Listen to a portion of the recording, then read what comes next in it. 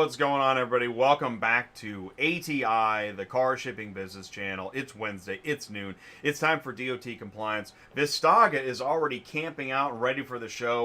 Thank you for doing that. You know that you can do me a favor, leave a like, click share, click copy, grab that YouTube link. You're going to want to do that today. It's right below this video. This is the Trucking Fitness show. We've got a special guest, Mark, from the Trucking Fitness Company. He's here with us today. If you know somebody that, maybe they don't want to hear it. Maybe they don't want to talk about fitness, right? Who does? Send it, share it, help them. Also remember, you can go to autotransportintel.com, click on sign up, become an ATI insider. Let us know how we can help you. If we've helped you, let us know how we've helped, etc. Look at that live chat going crazy. Everybody wants to talk about fitness. What's up, Fritz? And we have more than that. So I'll tell you what. Let's go ahead and let me gear this up. Let me do this right. Oh, that's the wrong button. Here we go. Our friend, your DOT guy, Brian Riker, center stage. What's up, Brian? Hey. I'm looking forward to today's show. I really am. I know. We got a great show today. And David Two Bears, he's in. Hey, what's the ISS score? How can I check mine? We'll get to that question in a second. If you have a question, put it in the live chat. Also, Mark at the Trucking Fitness Company is in the live chat. We have a great show today. Yes, we do. Looking forward to it. By the way, what are you up to today? Where are you at? The Ohio-Indiana state line at the Love's truck stop in Eden, Ohio, heading back to Chicago and then unloading the rental car that you can see in the back window that's on this little tow truck I'm delivering to somebody, and trying to beat the snowstorm back to Pennsylvania. All right, so the weather's okay, it's holding? The weather's beautiful right now, mid-40s and sunny. It is comfortable out, but there's an Alberta clipper coming through that could drop nothing to a couple of inches of snow real quick this evening and tomorrow. If you haven't named your boat, Alberta clipper. That's a good one. That's a fancy, and people think, then you can say that you're a storm coming. Hey, what's up, Danny B saying hello. Ty loves car hauling. So, ISS score, Brian. Take it away. That's the Inspection Selection System score. It is what is used by motor carrier enforcement to decide whether you get inspected when they're just rolling you through the scale house looking for people. It's a 3-color, green, yellow, red, and if you're green, that's they can let you go. If it's a yellow, it's their discretion. They should, but they don't have to. If it's red, it's a must inspect every time that rolls past an officer that is doing that type random checks. So to see what your ISS score is, you go to the Safety Management System, the CSA website, and you need your USDOT PIN, because up in the top right corner there's a login box. You enter your USDOT number, enter your 8-digit alphanumeric PIN, and pull a complete carrier report, and down in the bottom left-hand corner it'll tell you what your ISS score is in a numeric value, and then it explains to you what those values mean for green light, yellow light, red light. All right, and I'm over here just typing like a Speed Demon Safety Measurement System. Is that right? Safety measurement. Yes, your CSA score. So if you don't know how to get there, the easiest way to get there is everyone knows how to do a company snapshot to pull up their DOT. That's that antiquated looking blue and white page that pops up. In the top right-hand corner, you have 2 links. L&I, which takes you to the licensing and insurance website for your motor carrier authority, and the one above that takes you to the CSA score page with your DOT number already populated in it and shows you the publicly available information. If you want to drill down deeper into that, including your ISS, then you log in at the top of that page with your DOT PIN number, and you'll get a lot more information, including the stuff that is blocked from public view, such as your crash indicator and your drug and alcohol violation indicator. Did you get all that? I'll tell you what. I've got links going crazy, but if you didn't get it all, you can email your DOT question to onair@yourdotguy.com. Let's see. Fritz says truck and trailer 65-foot length. Law really enforced? Depends upon the state. Certain states, absolutely. My home state of Pennsylvania, they love to enforce that. Other parts of the country, you get away no problem. Missouri is a state that likes to write overhang on high mount trailers. So, yes, it is enforced in certain parts of the country. All right. Let's see. Okay, I think we got through the questions there. So let's do this. We don't have any. We don't have any. Oh, okay. Let's do this. Let's say this. Let me back that up. Jay, what do we don't? Auto transport intel, DOT compliance. Take two. Today's show is the Trucking Fitness Show. We've got Mark from Truckin Fit with us, and when we say Truckin Fitness, you go to truckinfit.com, and I'll share that link here. Truckin Fit. That way you can peruse and come up with your questions as you listen to Mark. Really, I think you're going to be impressed. We're both impressed. And that's coming up next. You know, we talk about, well, surprise, you got a trucking company now, honey. We were going to get a house. Now we got a truck. Yay. Happy Valentine's Day, sweetie. So, and instead of a ring, I got you keys to a truck. So let's talk about, okay, how did I make that leap? Because this is the stuff, this is the important stuff that Brian is going to comment on this news story. Brian, what are we doing? How are we doing here? The Canadian border blockade. I'll give the Canadians credit for organizing, raising funds. Their GoFundMe raised over $10 million, and their GoFundMe, one of our other drivers just pulled in. Their GoFundMe raised over $10 million. GoFundMe cut them off and only gave them $1 million of it. The protest has drawn some scrutiny. It's been effective at shutting the border down and causing disruption, so they're being heard. I don't think the Canadian government or the U.S. government is taking them seriously right now, and part of that is because other people outside the trucking industry have joined this protest and have been a little obnoxious instead of it being a professional protest. It definitely has highlighted how the slightest bit of disruption can mess things up. And here in the U.S., it's well within our right to have a peaceful protest. And if you're going to have one, you might as well have big numbers show up at it so that they know you're serious. I'll give the Canadians credit that they got this much organized and these many trucks there to do it.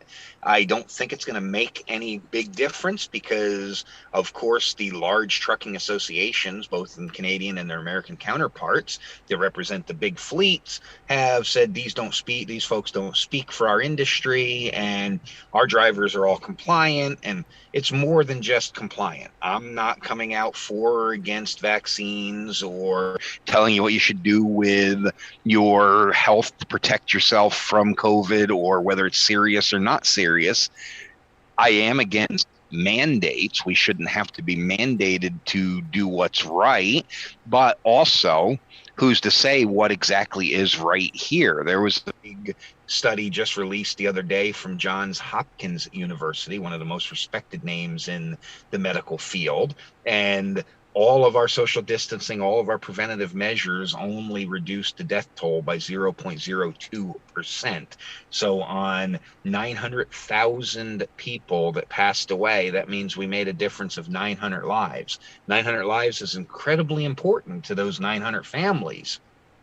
And I'm not saying one life lost is acceptable, but we have to ask at what cost and when will we figure out what we're going to do and how we're going to get through and past this? And that is all. And I think that's part of the message they were trying to portray with this convoy is just let us do our jobs. Let us feed our family. Truckers of all people, we know it's a lonely job. We're by ourselves in the cab 99% of the time.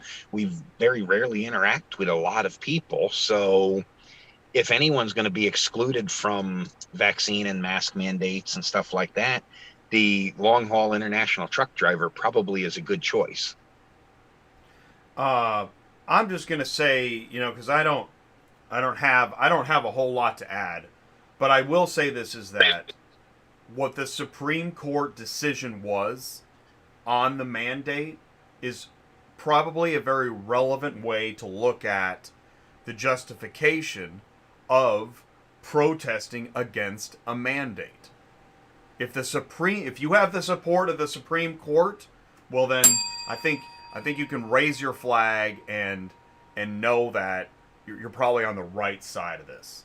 Exactly. I can't speak for our brothers north of the border because Canada is a different country, but the United States was founded on protest. We were protesting unreasonable regulation and taxes from the king, and it led to the founding of the United States of America. This is a nation built on standing up for what you believe in, right, wrong, or indifferent. And as long as we do it without physically harming other people, then go ahead and protest. A little inconvenience, get your point across.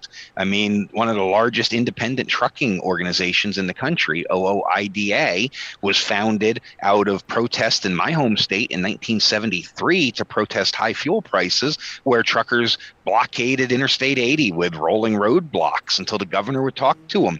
It was parodied in the Convoy movie from 1978, where instead of it being Pennsylvania, they were rolling through New Mexico, but it was based on real events that happened in Pennsylvania in 73, and that led to serious change. That, and staying with the theme of where we are today with fitness and driver health, that led to some serious change for the good of the American truck drivers' health and well-being by changing some of the regulations we worked under and giving truckers a little more freedom to work as they saw fit.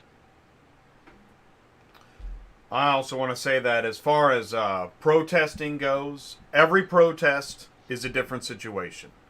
And so even though we may see signs and indicators of other protests that we disagreed with, we got to look at each protest individually.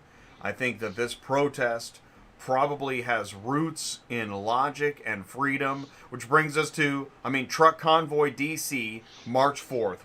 What's going on here? Do you know the story?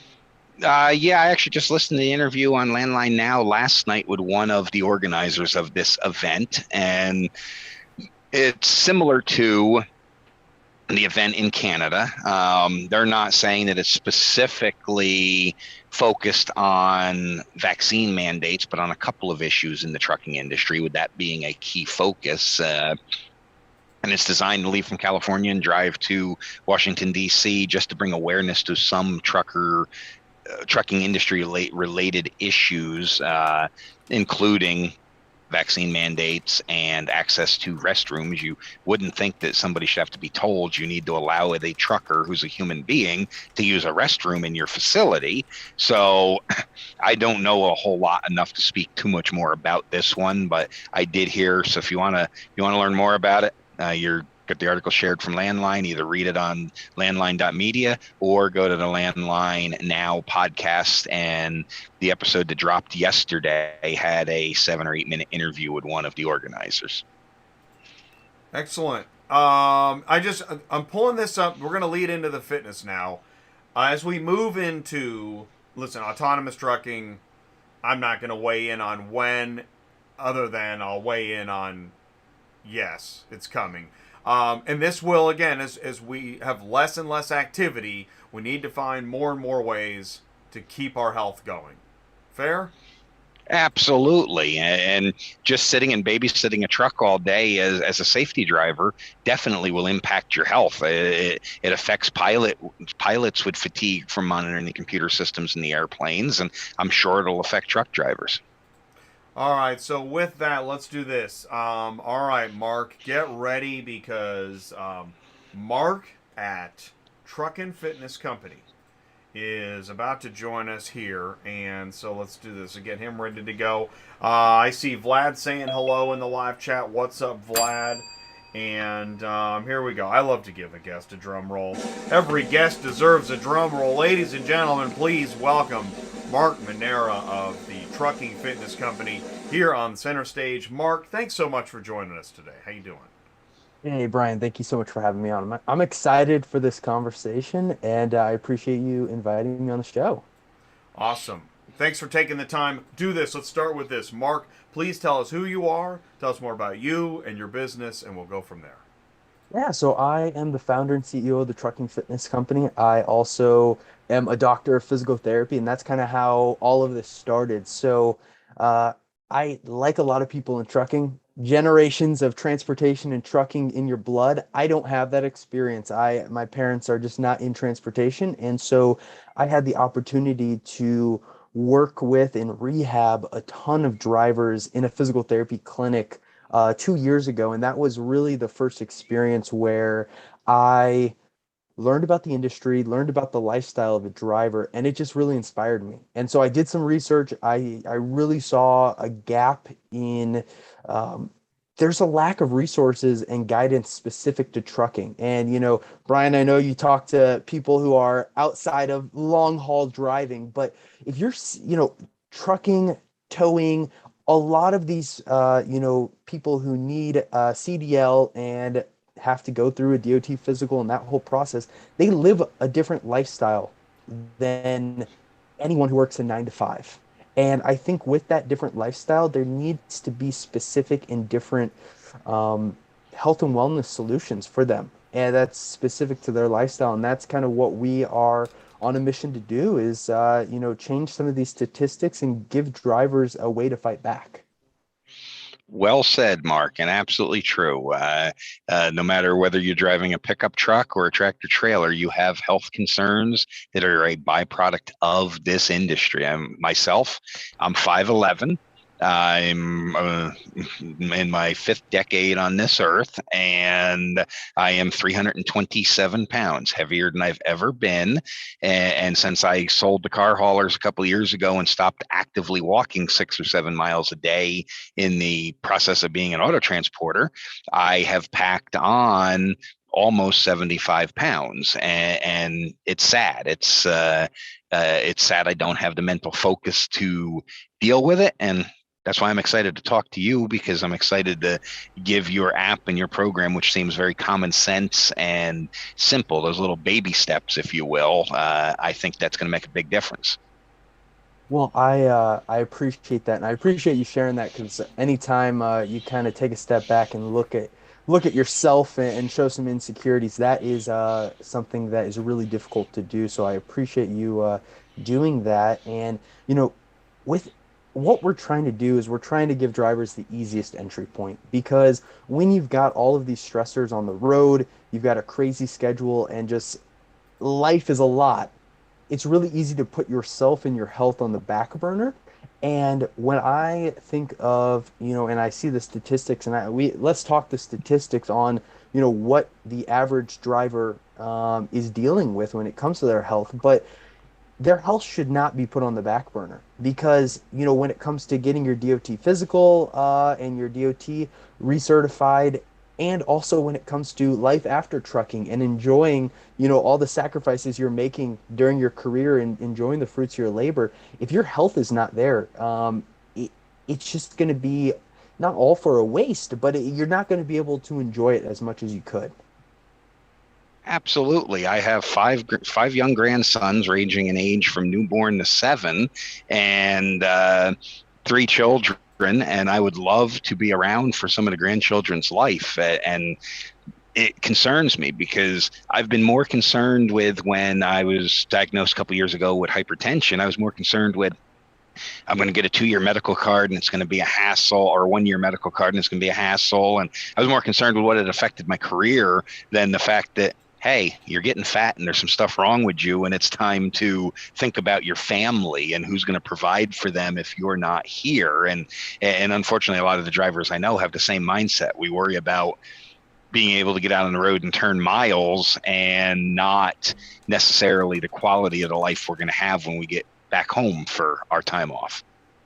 Well, yeah, and I think you mentioned it right there, and to put some numbers behind it, right now in North America, because you guys were talking about Canada, there's around 4 million people who wake up and drive a truck for a living every day, right? And if you add towing and some of the other people who have a CDL, that number just increases. But as a whole, 85% of truck drivers are overweight. One in every seven suffers from type 2 diabetes. And the statistic that really sparked me to say, hey, I need to do something about this was as a group, truck drivers have a life expectancy 16 years less than the average population. And that is mind blowing and something that I think if you see that number, it's really easy to say, well, sweep it under the rug. Yeah, that's not me, right? But you see it every day in these Facebook groups. You see news articles of a driver passed away and was found in his truck, or I see all the time of a driver who just retired, and then they're talking about their him passing or him or her passing away, and I just want to do everything I possibly can to not let that be you and give you, not you, but give drivers, the people listening, the resources and guidance to say, hey, I can do something about it and it can fit into my lifestyle and it doesn't have to be this, 180-degree flip of everything in my life has to be perfect and I have to be Arnold Schwarzenegger and have this perfect diet and perfect workout routine because, the truth is if you can find one or two small ways to make your day-to-day routine 10% healthier, the impact of doing that day after day after day consistently it is life changing. And what we're trying to do is just help drivers start exercising and make small habit changes to their diet. Absolutely. That's the same approach I take for DOT compliance. We're not going to make somebody a better truck driver or a more compliant trucking company overnight. We got to do little steps. Start with the little things you can manage and then grow from there. And so I like your approach here because so many people put unrealistic expectations on themselves and on programs, and then they get discouraged when they don't have the same results that their buddy that did the same program did, and they walk away and nothing ever changes. Yeah, and I think the mindset that I like to take is this, like, everyone wants to do this sprint. They want to lose 20 pounds in the first month, and that's awesome. I think that's really motivating. I think that's great. And it's possible. We have drivers do it all the time. But what I care more about is take a step back and in 3 to 5 years, what's that look like? Have you put the 20 pounds back on and now you're 30 pounds heavier than when you started a program? Or are you just slowly chipping away and every single day you're getting a little bit healthier and slowly losing more and more weight, or just controlling your diabetes better or controlling your blood pressure better and finding small ways because, I think also people weight and the number on the scale is just one data point, right? It's an important one for a lot of people, Mm-hmm. but there's so many different data points when it comes to your health. So looking at it from a quantitative standpoint and saying, okay, how do I, well, I guess qualitative, how do I feel, right? How much energy do I have?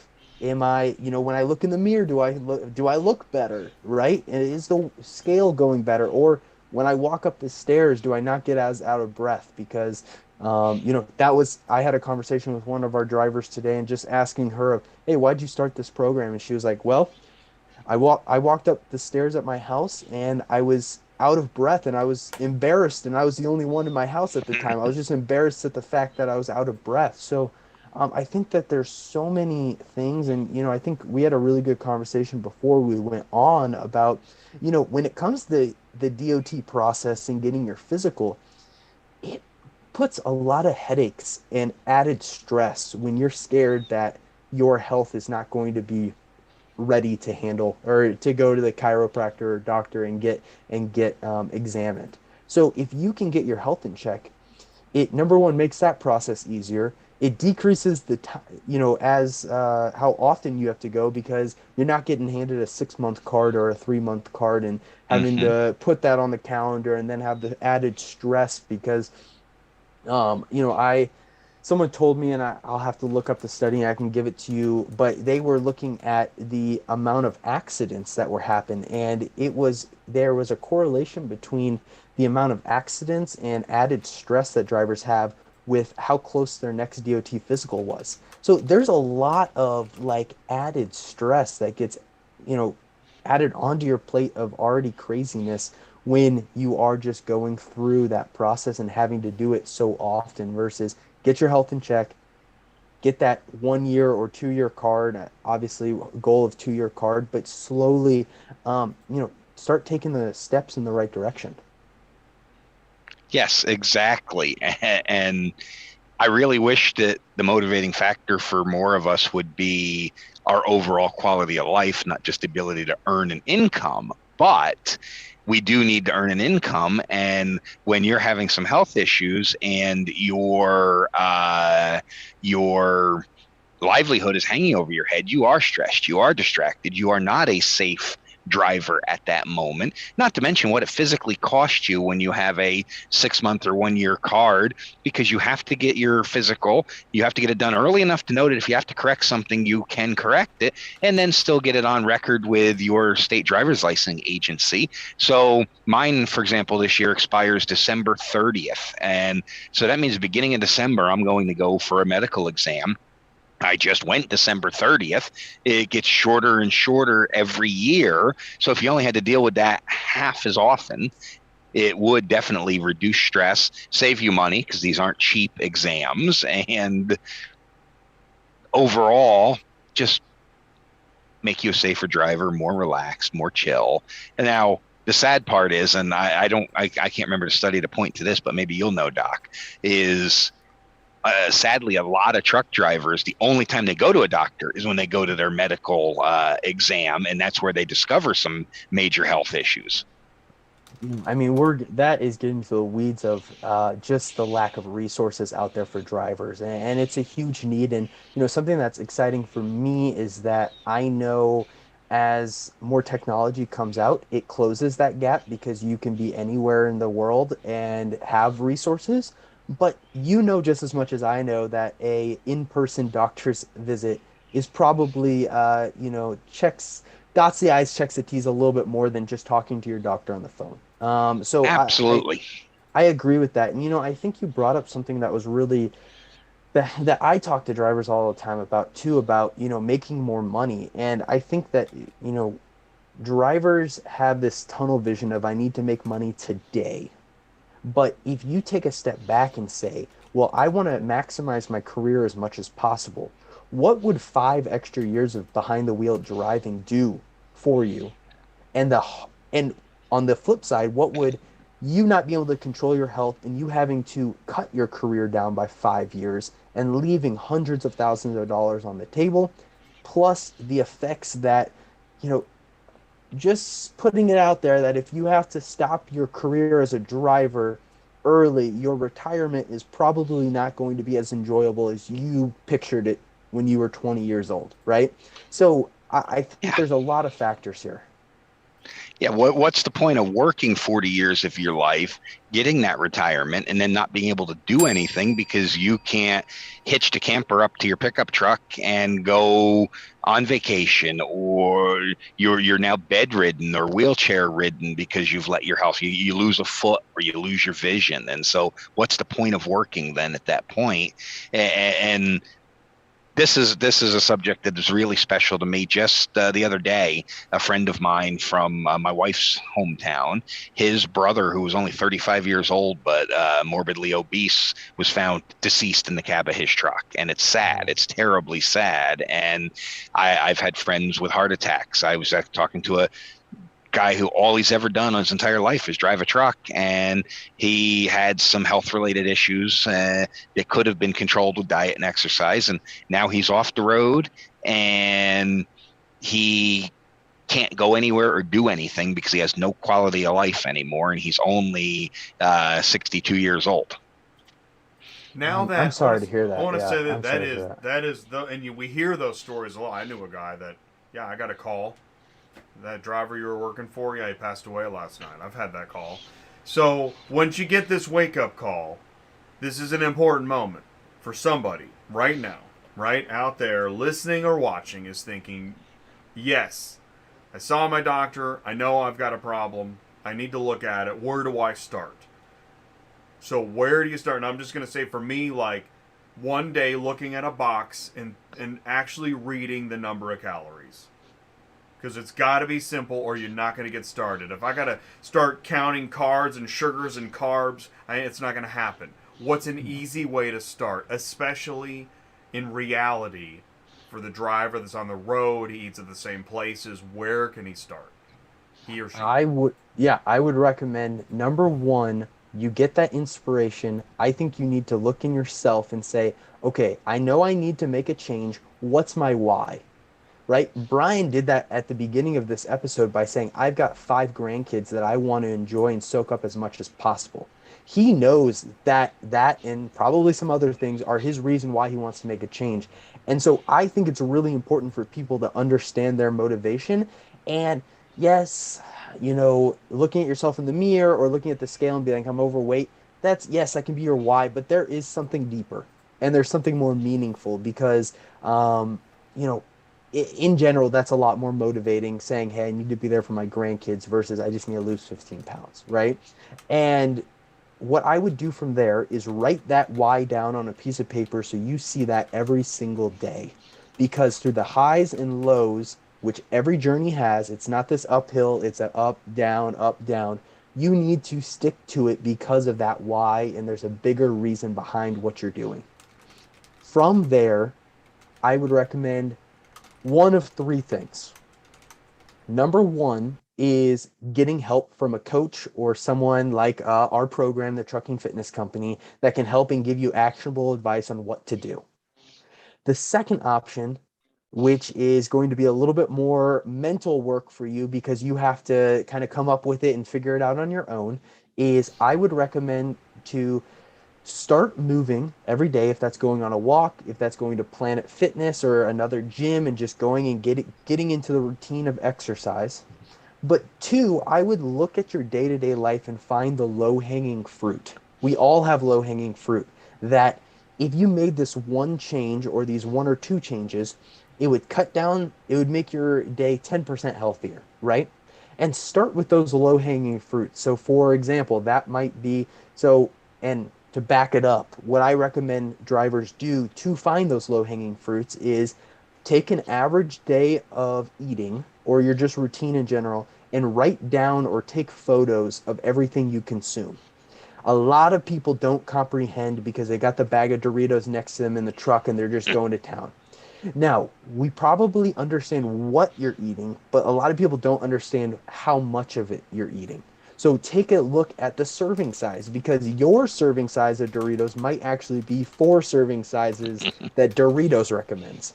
So starting with the low-hanging fruit might be, okay, you eat the same foods, but you just eat 1 serving of that snack or that food, right? You just cut out, maybe you're eating 450 calories of Doritos, but you cut it down to 1 actual serving and you just cut out 300 calories because a serving of Doritos is 12 chips and 150 calories, right?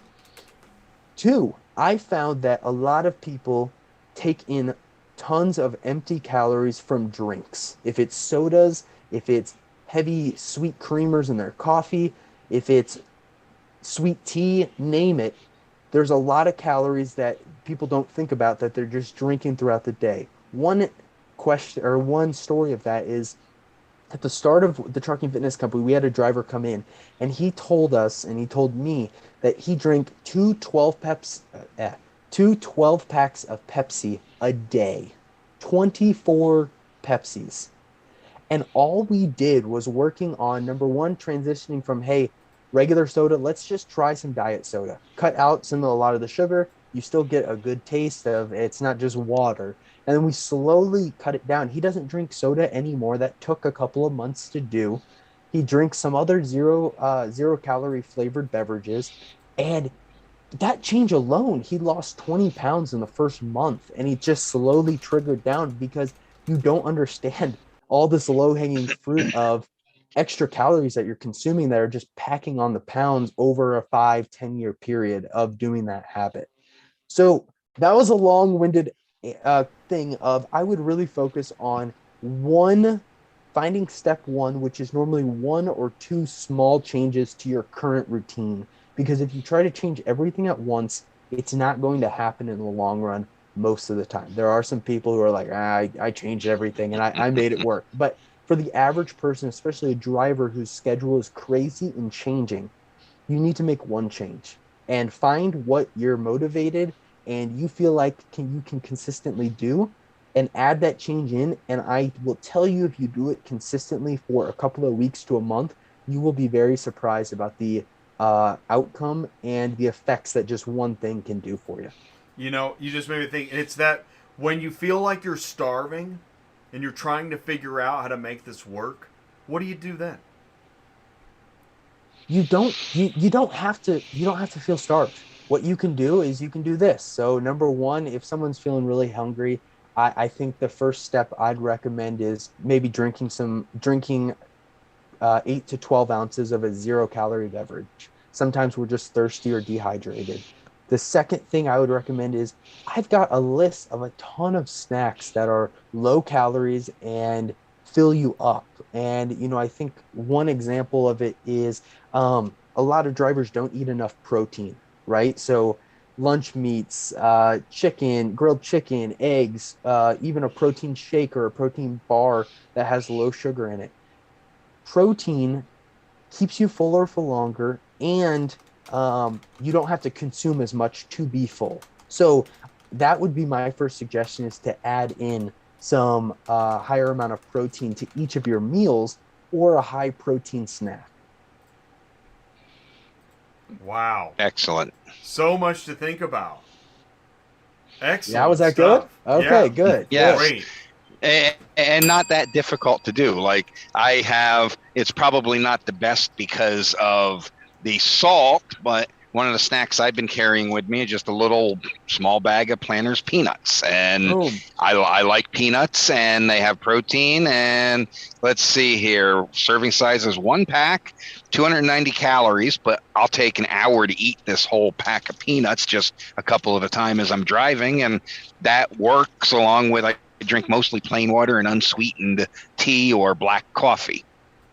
Jay, I'll do it for you. Right on. And I like peanuts, and I've gone further. My snack is, this is ridiculous, and I would have never eaten this when I was younger. Now that I'm an old man, Triscuits, reduced fat Triscuits and water is my snack. Just like It's hot really dog bland. eating competition style. I put in two, chew them up, get a dry mouth, and then drink a bunch of water, and I do that.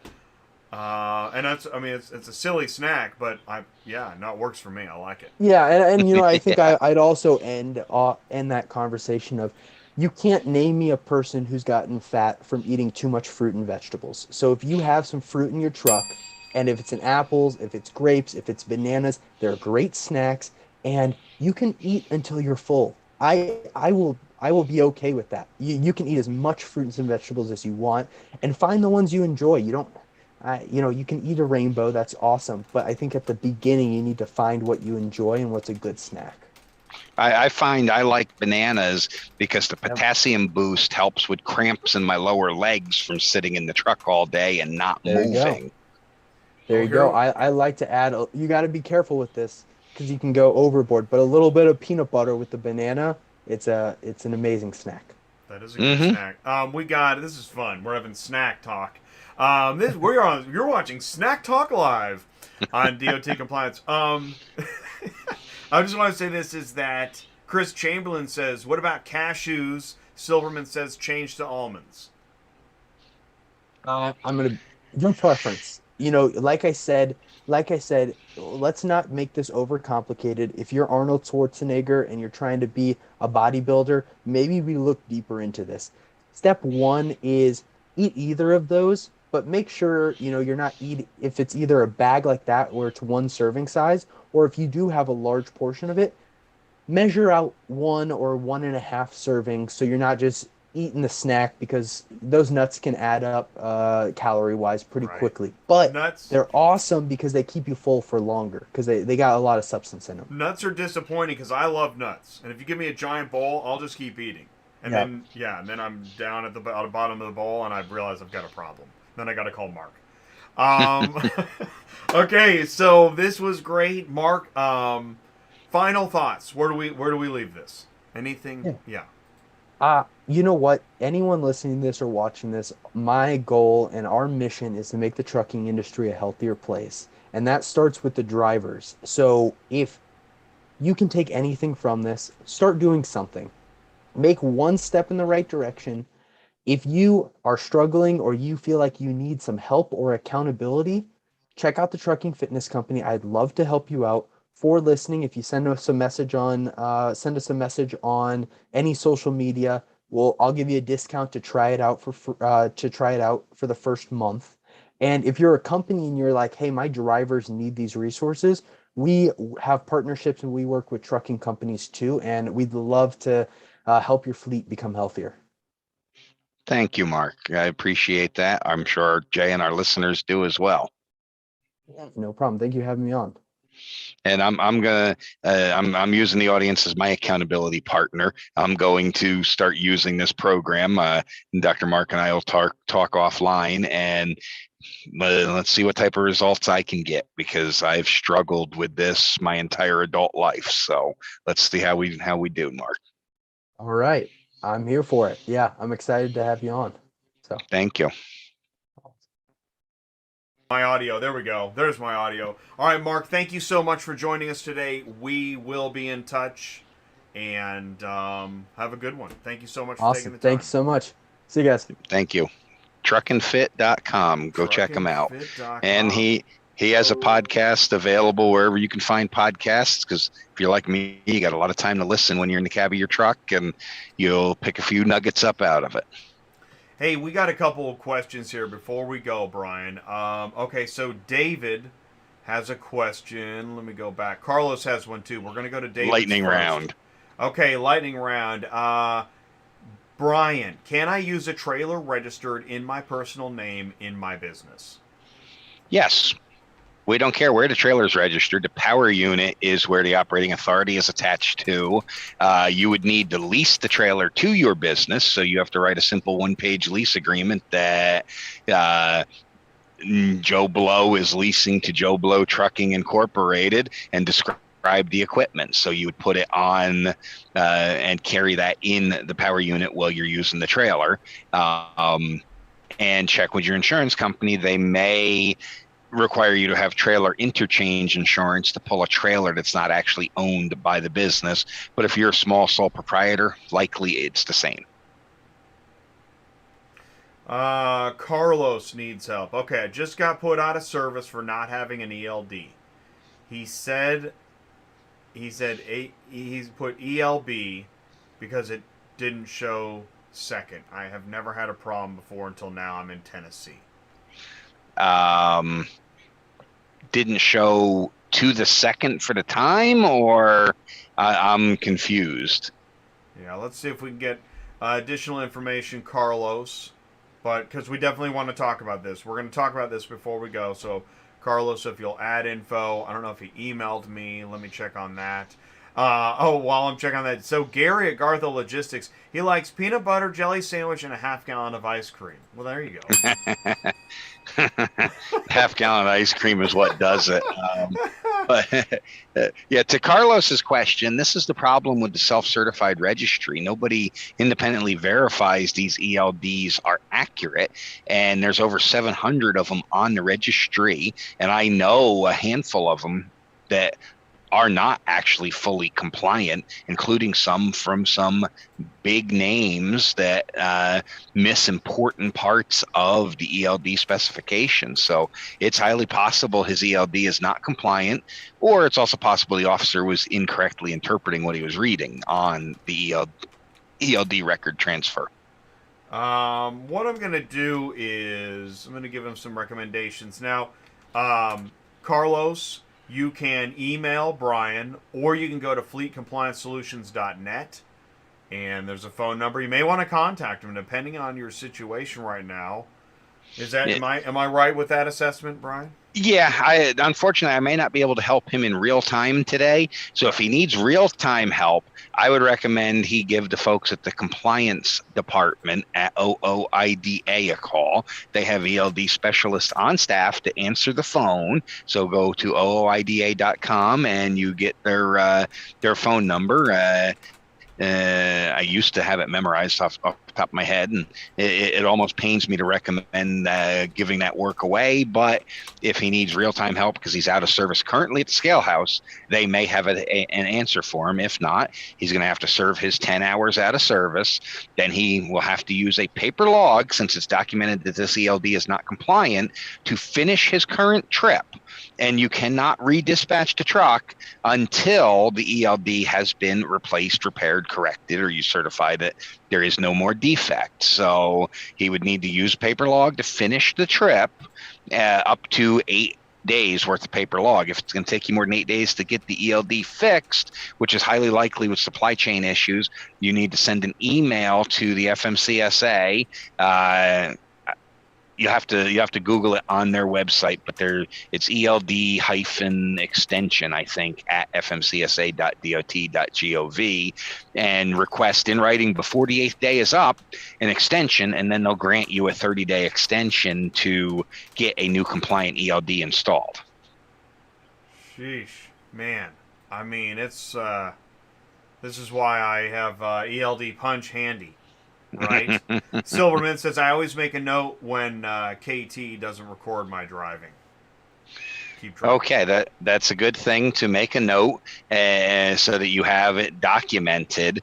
Now, if it's not recording and you didn't switch to a paper log and note the defect, you're still technically in violation of the regulation. And as an owner-operator, this is going to sound crazy, you need to notify yourself in writing that your ELD is not working. So send yourself an email to tell you your ELD is not working so that you start the clock for the 8 days to get it repaired. And unfortunately, quite a few of these have recording issues from time to time. So there is no perfect ELD solution.